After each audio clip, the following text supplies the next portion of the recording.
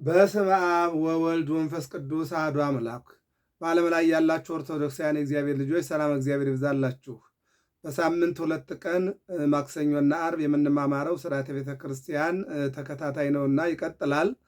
ባለፈው ከቆምንበት ዛሬ ላይ እንቀጥላለን። እግዚአብሔር አምላክ የጀመርነውን ሱባዔ አብይ ጾምን በሰላም አጠናቀን ለብርሃነ ልደቱ እንዲያደርሰን የአምላካችን የእግዚአብሔር መልካም ፈቃዱ ይሆንልን።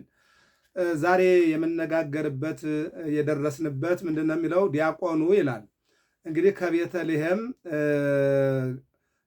ተጨማሪው ካህን ጽና ይዞ በአንድ እጁ መስቀል ይዞ ተጨማሪው ዲያቆን መሶበ ወርቅ ተሸክሞ እንደገና ደግሞ አንዱ ዲያቆን ቃጭል ይዞ እየመታ አንደኛው ጃንጥላ ይዞ እያጀበ ገባሬ ሰናዩ ዲያቆን ደግሞ ጽዋውን ይዞ ወደ ቤተ መቅደስ ይገባሉ። ከየት? ከቤተልሔም ወደ ቤተ መቅደስ ማለት ነው። ይሄ ማቴዎስ ወንጌል ምዕራፍ 23 ላይ ካህኑ ዘካርያስ ታሪክን ስናየው አሌለኪ ኢየሩሳሌም እንተ ትቀትልዮም ለነቢያት ወትወግርዮም ለሐዋርያት ሚመጠን ዘተከው እምደመ አቤል ጻድቅ እስከ ደመ ዘካርያስ ወልደ በራክዩ።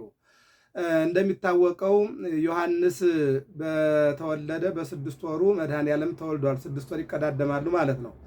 መድኃኔ ዓለም ወደ ግብፅ ሲሰደድ የዘካርያስ ልጅ ዮሐንስም ወደ ደብረ ሲና ወደ ሲና ተራራ ተሰዷል። በአጭሩ መልአከ እግዚአብሔር ዮሴፍን እናቱንና ድንግል ማርያምን ማለት ነው ድንግል ማርያምና ሕፃኑ ኢየሱስን ይዘሽሽ ብሎ እንዲሸሹ ሲያደርግ እንደገና ለዘካርያስ ሚስት ለኤልሳቤጥም ዮሐንስን ይዘሽሽ ብሏት ይዛ ሸሽታለች። ዘካርያስ በቤተ መቅደስ ነበረ። ኢየሱስ ክርስቶስንና እናቱ ድንግል ማርያምን ዮሴፍን ሰሎሜን የሄሮድስ ጭፍራ ሲያጧቸው ታምረኛ ሲጸነስ ታምረኛ ሲወለድ ታምረኛ ከተወለደ በኋላም ታምረኛ አለ ዘመዳቸው እሱን እንያዝ ብለው ዮሐንስን ፍለጋም ሲሄዱ ዮሐንስም የለም። ከዚህ በኋላ ዘካርያስ በቤተ መቅደሱ አይጠፋም ነበርና ወደ ዘካርያስ ሄዱ። ዘካርያስን በቤተልሔሙና በመሰዊያው መካከል አገኙት ይላል። በዚህ በቤተልሔሙ ማለት መሰዊያው የተባለ ቤተልሔም ነው ማለት ነው። መቅደሱ ማለት ደግሞ ቤተክርስቲያኗ ማለት ነው። በቤተልሔሙና በመቅደሱ መካከል ዘካርያስን ለመስዋዕት አቀረቡት፣ ገደሉት። ኢየሩሳሌም ወይ በቤተልሔሙና በመሰዊያውና በመቅደሱ መካከል ከሞተው ከዘካርያስ ደም ድረስ ከየት ጀምሮ? ከአቤል ደም ጀምሮ እስከ ዘካርያስ ድረስ በአንቺ የፈሰሰውን ደም እበቀላለሁ ይላል። በአጭሩ ግን ቤተልሔም ማለት ህብስት የሚዘጋጅበት ወደ መቅደስ የሚገባበት ማለት ነው። ስለዚህ ዲያቆኑ ጽዋውን ይዞ ይገባል። እዚህ ጋር ልንለይ ያስፈልጋል። ተጨማሪው ዲያቆን መስዋዕት ይሸከማል። ምንድን ነው? በመሶበ ወርቅ ማለት ነው። እንደገና ተጨማሪው ካህን ደግሞ ጽናና መስቀል ይዞ ያጥናል ማለት ነው። ሌላኛው ዲያቆኑ ደግሞ ጥላ ይዞ ያጠላል ማለት ነው። ይሄ መሶበ ወርቅ ያዘው ደግሞ ቃጭል እየመታ የዮሐንስ ነው። ዮሐንስ እያለቀሰ እንደተከተለው ያው እንግዲህ ሁልጊዜ ቅዳሴ በተቀደሰ ቁጥር ቃጭል ይመታል። ያ ቃጭል ትዝ ሊለን የሚገባው የዮሐንስ ስብከትና የዮሐንስ ለቅሶን የሚያመለክተን ነው ማለት ነው። ከዚህ በኋላ ቅዳሴ ሲገቡ ዲያቆኑ ነው እዚህ ላይ የተነሳ ነው ጽዋውን ይዞ መንበሩን 3 ጊዜ ይዞረዋል ይላል። 3 ጊዜ ይዞረዋል። ምን እያለ? እግዚአብሔር ይሬየኒ ወአልቦ ዘይሃጣኒ ውስተ ብሔር ስውር እያድረኒ ወሃበ ማየ ዕረፍት ሐፀነኒ ሜጣ ለነፍስየ መኒ ሆርኮ ከለዚያሁ ይፈርሆ ለእኩይ እስመ አንተ ምስሌየ በትርከ ወቀስታ እምከ እማንቱ ገሰጻኒ ወሰራይከ ማዕደ በቅድሜየ በአንጻሪሆሙ ለእለ ይሳቅዮኒ ወአጽሐርከ በቅብር ርእስየ ጽዋዕከኒ ጽኑ ያረጉይ ምሕረትከ ይትለወኒ በኩሉ መዋዕለ ሕይወትየ ከመ ታንብረኒ ቤቶ ለእግዚአብሔር ለነዋህ መዋዕል። ስብሐት ለአብ ወወልድ ወመንፈስ ቅዱስ ለዓለሙ ወለዓለመ ዓለም የሚለውን 3 ጊዜ ከቻለ በአማርኛ ካልቻለ በግዙ ግን በቃል ነው የሚባለው። በቃሉ ቤት መንበሩን እየዞረ 3 ጊዜ ይዞራል ማለት ነው። ይህንን እያነበበ ጽዋውን ይዞ 3 ጊዜ የሚዞርበት ምክንያት ጌታ በምድረ ፍልስጤም እየተመላለሰ 3 ዓመት ከ3 ወር ወንጌል የማስተማሩ ምሳሌ ነው ይላል። ይህንን ተርጉሞ አማርኛውን ወደ ግዕዙን ወደ አማርኛ እግዚአብሔር እረኛዬ ነው የሚያሳጣኝ የለም አለ። የምበላው አያሳጣኝም፣ የምለብሰው አያሳጣኝም፣ የምኖርበት አያሳጣኝም፣ ሁሉን ነገር ያደርግልኛል ማለት ነው። ይቀጥልና እዚያ ላይ ትርጓሜው እግዚአብሔር እረኛዬ ነው የሚያሳጣኝ የለም ከሳሽ የለም ይለው። ቢከስም እግዚአብሔር ካለ አልፋለሁ። ይፈርሆ ለእኩይ ይላል። አንተ አለህና ክፉን አልፈራም ማለት ነው። ስለዚህ የሚያሳጣኝ የለም፣ የሚከሰኝ የለም፣ የሚያሳድደኝ የለም፣ በእኔ ላይ ኃይል የሚኖረው የለም ማለት ነው። ይቀጥልና በለመለመ መስክ ያሳድረኛል። መንፈሳዊ መግቦት ስጋዊ መግቦት ለይቶ ይመግበኛል ማለት ነው። በዕረፍቱ ውኃ ዘንድ ይመራኛል፣ ያሳርፈኛል ማለት ነው። የሚያሳርፍ የማቴዎስ 11 ቁጥር 4 ላይ ኑ ኀቤየ ክቡዳነ ጾር ወአነ አርፈክሙ፣ እናንተ ሸክም የከበዳችሁ ወደ እኔ ኑ እኔም አሳርፋችኋለሁ ይላልና ያን መናገሩ ነው ማለት ነው። ይቀጥልና ነፍሴን መለሳት። እግዚአብሔር አምላክ ነፍሳችን ይመልስልን፣ ስጋችንን ለነፍሳችን እንድትገዛ ነፍሳችን ደግሞ እንደ መላእክት እንድትጾምና ይህን ጾም ጾመን ለብርሃነ ትንሣኤው እንዲያደርሰን መልካም ፈቃድ ይሆንልን። ይቀጥልና ስለ ስሙም በጽድቅ መንገድ መራኝ። እግዚአብሔር በጽድቅ መንገድ ይምራን ሁላችንን፣ ስለ ስሙ ማለት ነው። በጽድቅ መንገድ መራኝ። በሞት ጥላ መካከል እንኳ ብሄድ አንተ ከኔ ጋር ነህና ክፉን አልፈራም። አዎ እየፈርሁ ለእኮ እስመ አንተ ምስሌየ፣ አንተ ከኔ ጋር ነህና ክፉን አልፈራም። ዛሬ የሚያስፈሩን ሰዎች ጠፍተው አይደለም፣ የሚያሳድደን ጠፍቶ አይደለም። ነገር ግን የማያንቀላፋ አምላክ ጠባቂያችን እግዚአብሔር እንዳንፈራና ይልቁንም ጸንተን እንድንኖር በሃይማኖታችን፣ በሀገራችን፣ በሰውነታችን ጸንተን እንድንኖር የሚያደርግ አምላክ ስለሆነ እንጂ ዛሬ ፖለቲካው ያስፈራል። ዛሬ በቋንቋ በተራራ በወንዝ መከፋፈሉ ያስፈራል። ዛሬ የኑሮ ውድነት ያስፈራል። ዛሬ መለያየቱ፣ መጠላለፉ፣ መነቃቀፉ አንዱ አንዱን ያስፈራል። ነገር ግን ከዚህ በላይ ከነዚህ ሁሉ ነገሮች በላይ እግዚአብሔር ከኛ ጋር ስለሆነ የሚያስፈራን የለም ማለቱ ነው። አንተ ከኔ ጋር ነህና ክፉን አልፈራም። ቀጠረ በትርህና ምርኩዝህ እነርሱ ያጸኑኛል። አዎ የሰው በትር ይሰበራል፣ የሰው በትር ያገግማል። እግዚአብሔር ግን ምን ያደርጋል? የእግዚአብሔር በትር ከባድ ነው። ነገር ግን የእግዚአብሔር በትር ለእኛ ምርኩዛችን ነው። እነሱ ያጽናኑኛል አለ። በትር ምርኩዝነት፣ ጸሎተ ብጸልይ፣ ሃይማኖቴ፣ እምነቴ፣ በአንተ መታመኔ፣ እነዚህ ሁሉ ምርኩዞቼ ናቸው ማለቱ ነው። በፊት ገበታን አዘጋጀህልኝ አለ። ምግብ አለ፣ መንፈሳዊ መግቦት፣ ስጋዊ መግቦት ብለህ አዘጋጀህልኝ አለ። በጠላቶች ፊት ለፊት ራሴን በዘይት ቀባኝ። በፍቅር ማለቱ ነው። በይቅርታ በቸርነት በንስሐ ቀባኝ ማለቱ ነው። ጽዋይም የተትረፈረፈ ነው አለ። ቸርነትና ምሕረት በሕይወቴ ዘመን ሁሉ ጊዜ ይከተሉኛል፣ በእግዚአብሔር ቤት ለዘላለም እኖራለሁኝ አለ። በእግዚአብሔር ቤት ለዘላለም እንድንኖር የአምላካችን የዚያን መልካም ፈቃድ ይሆንልን። ይህን የተናገረው ልበ አምላክ ዳዊት ነው። እንደውም በሌላ መልኩ እንዲህ ብሏል። አተ ጊዜ ሳልክው ለእግዚአብሔር ወኬ እግዚአብሔርን አንዲት ነገር ለመንኩት ለዘላለም በቤቱ እንድኖር አለ። በቤቱ እንድንኖር የፈቀድልን አምላክ ጸንተን እንድንኖር እግዚአብሔር ይርዳን። ስለዚህ 3 ጊዜ ይላል ዲያቆኑ ጽዋውን ይዞ በጽዋው ምን አለ? ወይን ተሞልቷል። ያንን ወይን ይዞ 3 ጊዜ ይዞራል። ካህኑም 3 ጊዜ ያው ተምረነዋል፣ ህብስቱን ይዞራል። ዲያቆኑም ደግሞ ጽዋውን ይዞ ይዞራል ማለት ነው። ይሄ ምንድን ነው? ኢየሱስ ክርስቶስ በዮርዳኖስ ውሃ በዮሐንስ እጅ ጥር 11 ቀን ከተጠመቀ በኋላ አልዋለም አላደረም፣ ወደ ገዳመ ቆሮንቶስ ገባ። 40 ቀንና 40 ሌሊት ጸለየ። መዋዕለ ጾሙን መዋዕለ ሱባኤውን ከጨረሰ በኋላ ወጣና የዶኪማስን የሰርግ ቤት ችግር ፈታ። የጎደለውን ሞላ፣ ውሃውን ወይን ጠጅ አደረገ። የእናቱ የቅድስት ድንግል ማርያምን አማላጅነት ወይም ምልጃ እውን አደረገላት። ጥያቄዋን መለሰ። አዎ ከዚህ በኋላ እየተዘዋወረ 3 ዓመት ከ3 ወር ወንጌል አስተማረ። በቃሉ ትምህርት በእጁ ታምራት ያመኑ ተከተሉት። የ5 ገበያ ሕዝብ ይከተለው ነበር ይልና 5ቱም አንድ አይነት አመለካከት አልነበረውም። ነገር ግን የ5,000 ሕዝብ ገበያ የ5 ገበያ የሚያክል 5,000 ሕዝብ ይከተለው ነበር ይላል። አሁን ይህን ጽዋውን ይዞ 3 ጊዜ የሚዞረው እየተዘዋወረ 3 ዓመት ከ4 ወር ከ10 ቀን ማስተማሩን ለማመልከት ነው ይላልና እግዚአብሔር አምላክ ምን ይላል? ከኔ ተማሩ ይላልና ከእግዚአብሔር የተማሩ ይሆናሉ ስለተባለ በእግዚአብሔር ተምረን መልካሙንና መጥፎውን የምንለይበት አይምሮ አምላካችን መድኃኔዓለም ሁላችንንም ያድለን። ይቀጥላል። ቁርባኑ በጻሕል ላይ መቀመጡ ጌታ በመቃብር የመቀመጡ ወይም ደግሞ የመቀበሩ ወይም የማደሩ ምሳሌ ነው ይላል። ተምረነዋል። አሁን ትርጓሜው ላይ ነው። ጻሕሉ ላይ ህብስቱ አለ። ጻሕሉ ላይ ህብስቱ አለ። ቁርባኑ በጻሕሉ ላይ መቀመጡ የመጀመሪያው 9 ወር ከ5 ቀን በማኅፀነ ድንግል ማርያም መቀመጡ ነው። በማኅፀነ ድንግል ማርያም 9 ወር ከ5 ቀን ቃልና ስጋ መለኮትና ስጋ ደም ተዋህደው በማኅፀነ ድንግል ማርያም ሕፃን ሆኖ 9 ወር ከ5 ቀን ሳይቀንስም ሳይጨምርም እንደ ምንድነው አሃዱ ዘእምቅድስት ሥላሴ የሕያሙ ውዳሴ ማርያም ከሥላሴ አንዱ አካል ርዮትትናነ መዋረዳችን መጠቅጠቃችን አይቶ አጽነነ ሰማይ ሰማያት ከሰማይ ዝቅ እያለ በፍቅር ተስቦ ወረደ። መጻው ሀደረ ውስተ ከርሰ ድንግል በድንግል ማርያም ማኅፀን አደረ ነው። ይህን ነው። በጻሕሉ ላይ ያለው ህብስት የሚያመለክተው በማኅፀነ ድንግል ማርያም ያደረው መድኃኔዓለምን ነው። ዘእንበለ ኃጢአት ባሕቲተ ከኃጢአት በስተቀር በቤተልሔም ከድንግል ማርያም ተወለደ። የመጀመሪያው በማኅፀነ ድንግል ማርያም የቃል መጸነስና የቃል ማደርን 9 ወር ከ5 ቀን ከተማዋ አድርጎ ማኅፀኗን ማደሩ ነው። ቁጥር 1 ይሄ ነው ማለት ነው።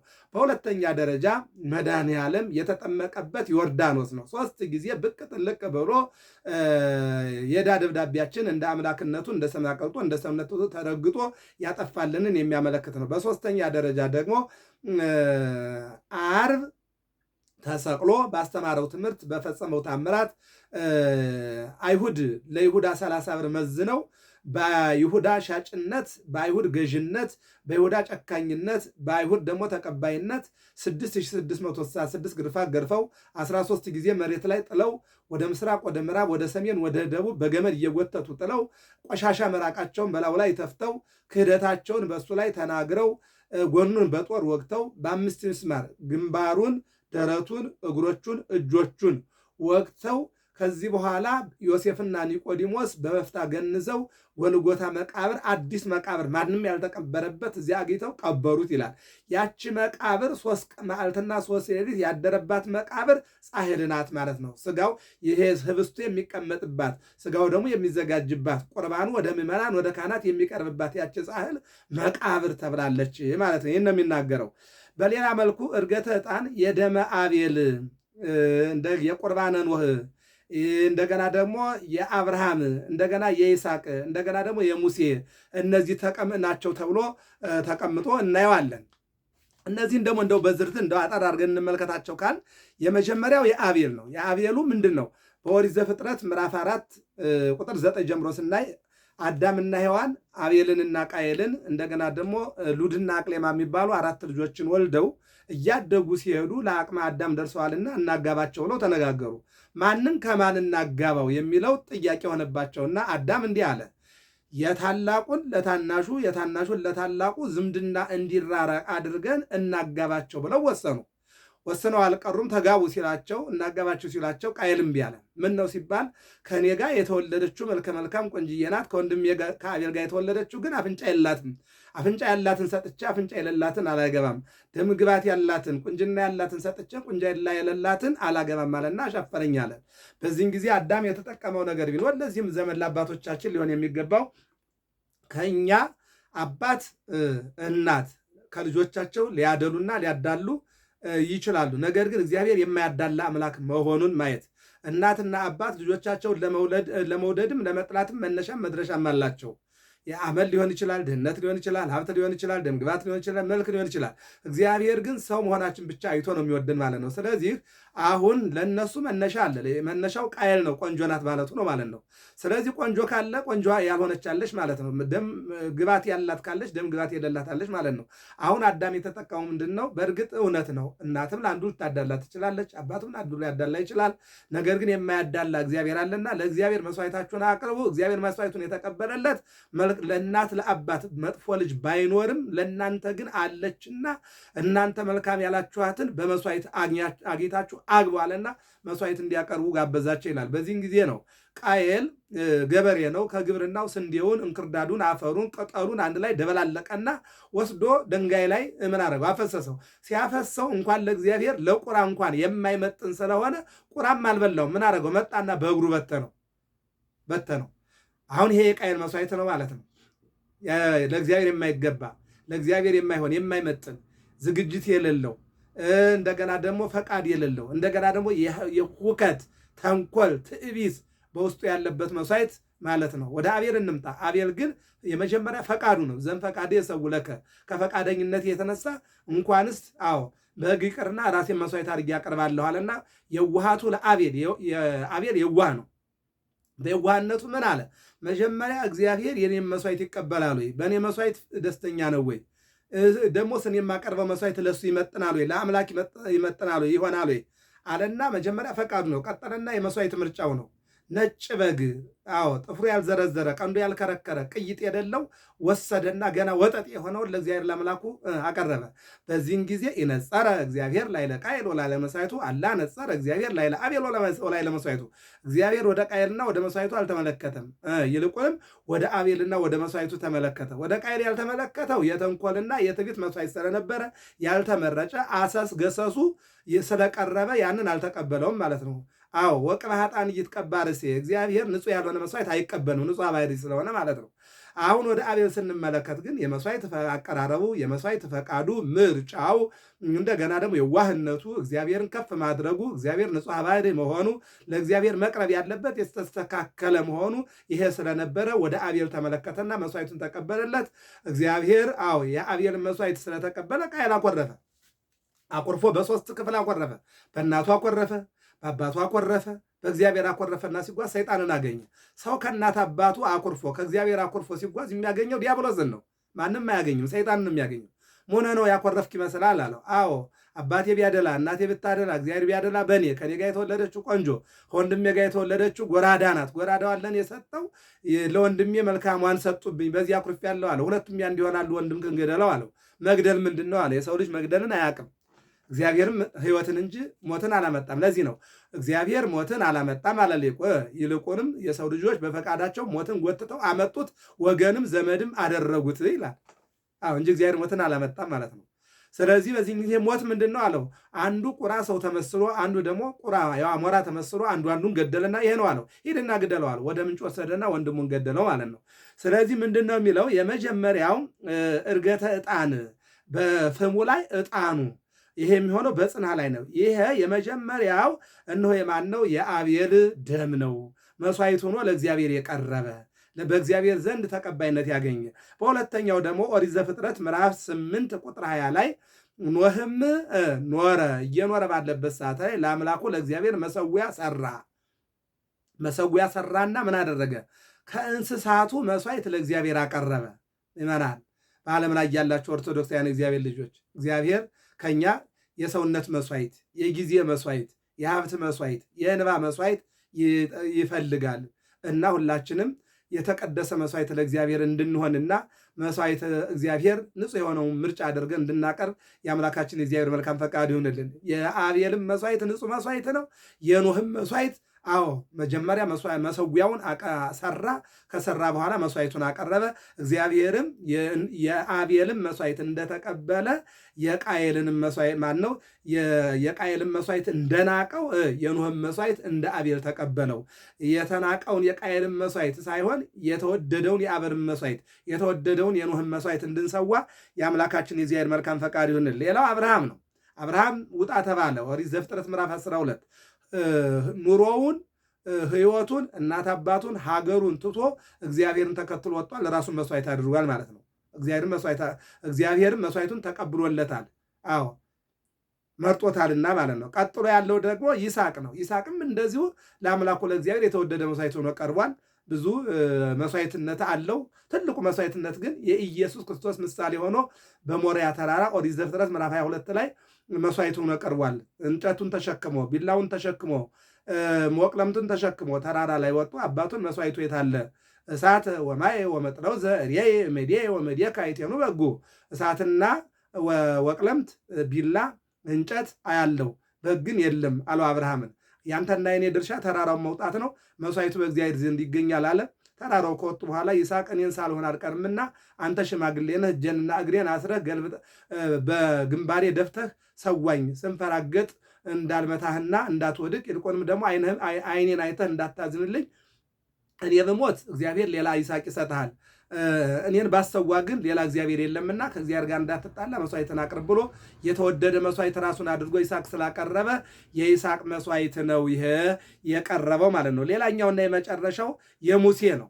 ሙሴ የተወደደ መስዋዕት አድርጎ ጸሎቱን ጊዜውን ሂድና እስራኤልን አውጣ ሲባል ጊዜውን ወጣትነቱን መስዋዕት አድርጎ አቅርቧልና እኔና እናንተም ጊዜያችን የተወደደ መስዋዕት አድርገን እንድናቀር የአምላካችን የእግዚአብሔር መልካም ፈቃድ። ዕርገተ ዕጣን ማለት እንግዲህ በዚህ በዮሐንስ ራእይ ምዕራፍ 8 ላይ ምዕመናን የሚያለቅሱት ልቅሶ፣ የሚጸልዩት ጸሎት፣ የሚሰግዱት ስግደት፣ የሚያስቀድሱት ቅዳሴ፣ የሚያቀርቡት መስዋዕት፣ የሚዘክሩት ዝክር፣ የሚያነቡት እንባ፣ የሚያመሰግኑት ምስጋና፣ የሊቃውንቱ በማሕሌት የቀዳሰያኑ በቤተ መቅደስ የቀረበው መስዋዕት ካህኑ በሚያጥነው በዕጣኑ ምን ይሆናል? መልአኩ ከሰማይ ከእግዚአብሔር ተልኮ ይመጣና ከጢሰ ቅታሬው ጋር ይዞት ይሄዳል፣ ያሳርገዋል ማለት ነው።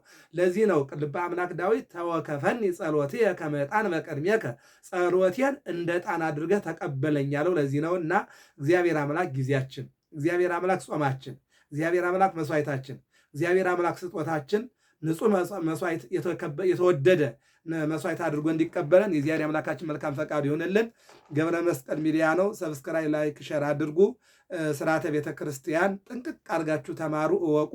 ያላወቀ አለቀ ነውና ሳናውቅ እንዳናልቅ አውቀን እንድናውቅ የአምላካችን የእግዚአብሔር መልካም ፈቃድ ይሆንልን። ሰብስክራይብ፣ ላይክ፣ ሸር አድርጉ። ሚዲያውን አሳድጉ። ይቀጥላል። ሰላም እግዚአብሔር ከሁላችን ጋር ይሁን።